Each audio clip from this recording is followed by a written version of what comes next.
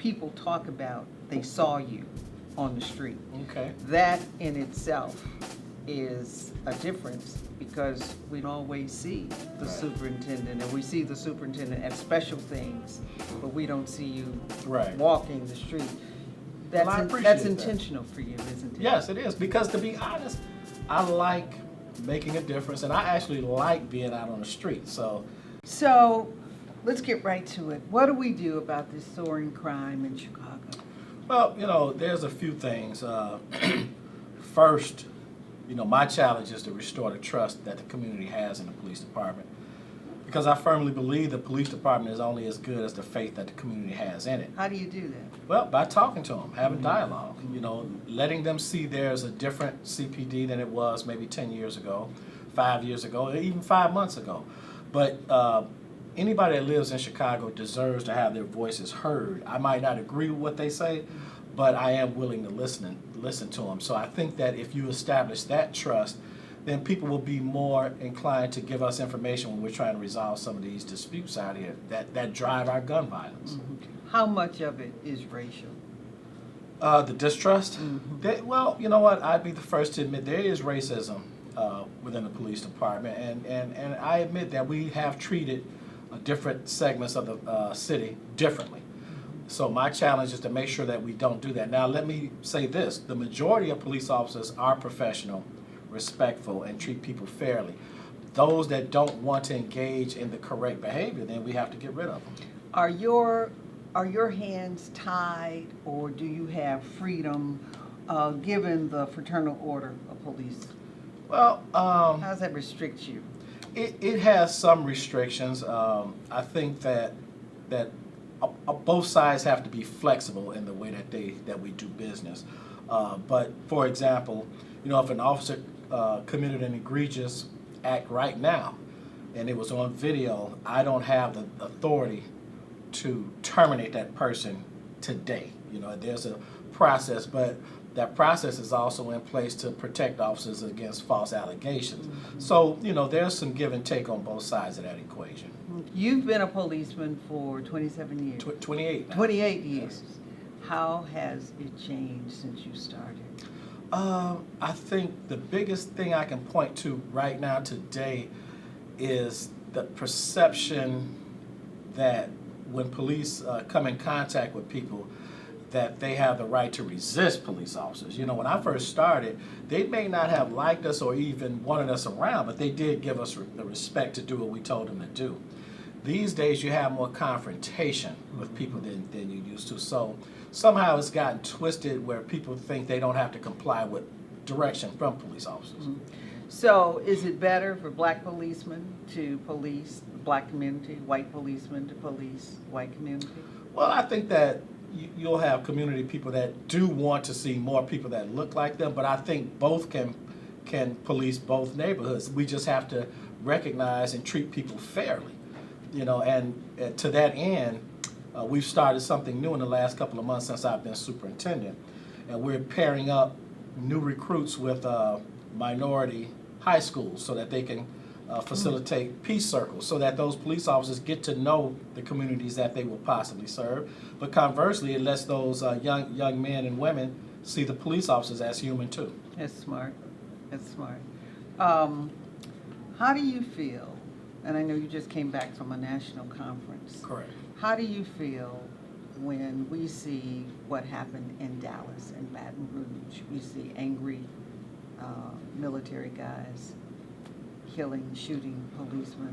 Well, you know what? Honestly, what's it makes me sad because, these issues didn't happen overnight. These are years and decades in the making. And it's just sad that those police officers in Dallas died protecting the people that were protesting them. And they had nothing to do with the events that led up to that. But it just shows you how incredibly difficult this job can be. But the police officers still come to work every day. They swore an oath to protect and serve. And for the most part, all of them do that. So on the other side of that, as a black man, how do you feel when you see the Trayvon Martins, when we see some of these murders that are done by policemen, these assaults that are done by policemen. That's the other side of the coin that makes you afraid. How do you feel about that? Well, it's difficult. It makes me think about what we can do better. Mm-hmm. And I think that, again, going back to educating the public more on how to interact with police and ensuring that the police have the training that they need. Because one of the things when I go to community events that I stress to people is to as much as you can be compliant with police officers, and that will cut down a lot of the friction. Because here's the thing.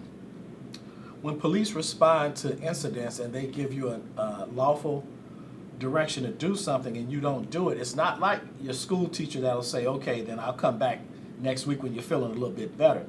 If you don't do what the police officer tells you to do, they're going to make you do it, and that's going to result in a physical confrontation that typically isn't going to end well for somebody. So it breaks my heart that we're having these issues, especially drawn along racial lines. But I am optimistic that we can straighten this out, and dialogue is how you get there. Now, we have a problem with gangs. So one side of this crime coin is policemen maybe doing some things wrong, some policemen doing something. But the gang problem, how do we deal with that? Like, we just had a 6-year-old the other day at her grandparents' porch. That should be the safest place in the world for a 6-year-old. She got shot. Policemen did not shoot her. Some gang people shot her. Right. What can the policeman, if anything, do about that? Or what do we do about the gangs? I mean, we talk about gangs and we take it for granted and they are a given. But what do you do with I got a 6-year-old sitting here and she gets shot for doing no more than being on her grandfather's porch? Okay, well, let me say this, that the crime in Chicago is everybody's issue, not just the police. Mm-hmm. And it's going to take everybody in Chicago to help resolve this issue. So Chicago gets a bad reputation for crime. So we got roughly 2.6 million people in the city of Chicago. We've identified roughly 1,400 individuals that are driving most of our gang violence. Mm-hmm. This year to date, since January, all of our shooting victims, we have a list called the strategic subject list. I'm sure you all have heard me talk about the SSL list. Those are people that we know will either be the victims of gun violence or the perpetrators of gun violence because of their interaction with law enforcement up to this date. Mm-hmm. 85% of our shooting victims this year are on that list. So what that tells us is that most of the people that's getting shot choose to live that lifestyle. So this is what I say.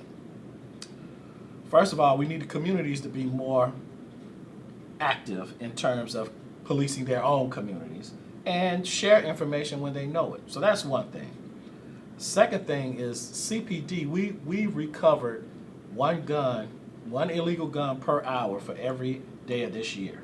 Every hour? Every hour. We've recovered more guns than New York and LA police departments combined. And that's not because we're so much better than them, it's just that's the proliferation of guns on the streets of Chicago. But getting back to these 1,400 individuals, your police department is doing a great job arresting these individuals. Where we're dropping the ball is holding them accountable for the repeat gun offenses that they commit.